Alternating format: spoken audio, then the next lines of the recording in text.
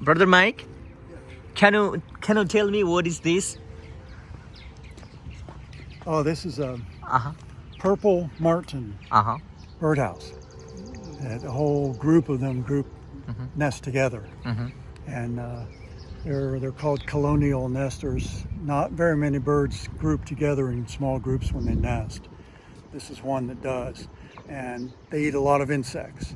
So people like them around their ponds Uh-huh. and things.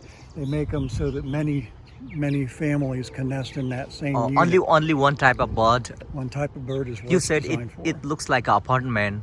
Yes. They live like a family. Yep. Each family per each compartment. Uh-huh. Yep. Oh. And it looks like they've got young. Mm-hmm. Some of them, yeah, on the bottom one, the closest hole to us, Mm-hmm. it just stuck some food in there, and somebody, little one was inside, came in and got it. He popped back out. Okay. Thank you so much for information. Oh, sure. Are you a ranger? Actually, that's what my training is. Your training is. Yeah. Thank you. I went to Ohio State University. Yep. Anything to say? Hi. Hi.